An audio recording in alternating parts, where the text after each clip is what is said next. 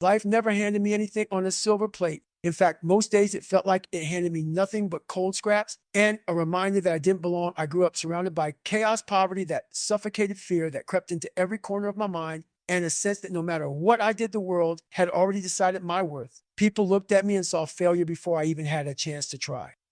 I was the quiet kid in the back of the class, not because I was shy, but because I was carrying too much weight on my shoulders to lift my head. Teachers told me I wasn't smart enough, strong enough, or disciplined enough. That kind of talk gets inside you. It infects your thinking. Soon you start believing it yourself.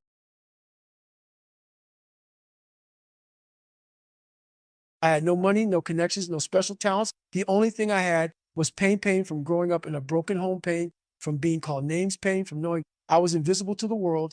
And that pain, as strange as it sounds, became my fuel. The first time I tried to change, I failed. I told myself I'd start running to get in shape. But after half a mile, I felt like my lungs were on fire and my legs were made of lead. I quit. I went back to my old habits. Weeks passed, then months, but every time I looked in the mirror, the same thought haunted me. This is not who I want to be. I knew deep down that I had two choices: stay in the comfort of failure or step into the furnace of suffering and see what I was made of. So I started small. One push up turned into 5, became 10. I laced up old sneakers and forced myself to run. Even if my pace was pathetic, I stopped comparing myself to anyone else and started comparing myself to the person I was yesterday.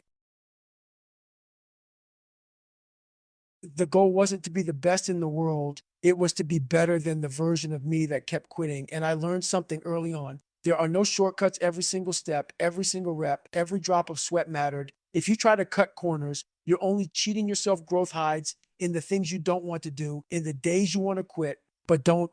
People love the idea of transformation, but they hate the reality of it. They want results without sacrifice, muscles without soreness, success without sleepless nights. But suffering is the tax you pay for becoming someone different. I embraced it. I learned to seek out discomfort instead of avoiding it. If it was raining, I'd run farther. If my hands were blistered, I'd do more pull ups. So I made a deal with myself. I could fail 1,000 times, but I would never quit. Not once, not ever. And something strange happened. The more I suffered, the stronger I became, not just physically, but mentally. My mind became a weapon. I stopped waiting for motivation and started relying on discipline. Motivation is like the weather, it changes. Discipline is like the sun, it rises every day, whether you feel like it or not. I woke up before dawn. I trained until my shirt was soaked through, and I pushed past limits that once seemed impossible.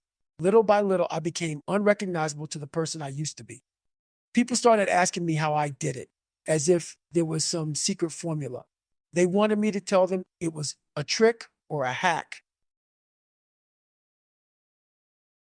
They hit discomfort and back off. But if you can push past that point, if you can live in that pain and keep moving, you'll find out you're capable of far more than you ever imagined. The road was lonely, friends fell away because they didn't understand why I was doing this to myself. They thought I was obsessed, maybe even crazy, but obsession is what it takes. If you want average, be average. If you want exceptional, be obsessed. I wasn't chasing trophies or applause. I was chasing the man I knew I could become. And every day I woke up knowing he was still ahead of me, running just out of reach, daring me to catch him. Years passed, and the boy who once hid in the back of the class became a man who refused to be broken. I ran ultra marathons.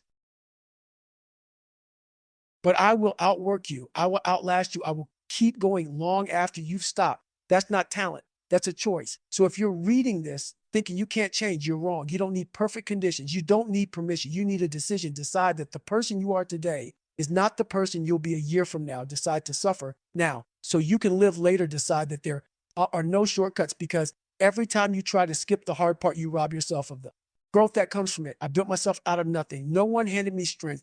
No one gave me courage. I earned it one painful step at a time. And if I can do it, so can you, but only if you're willing to pay the price, only if you're willing to embrace the suffering that everyone else runs from. That's where the real change happens. That's where you stop existing and start living.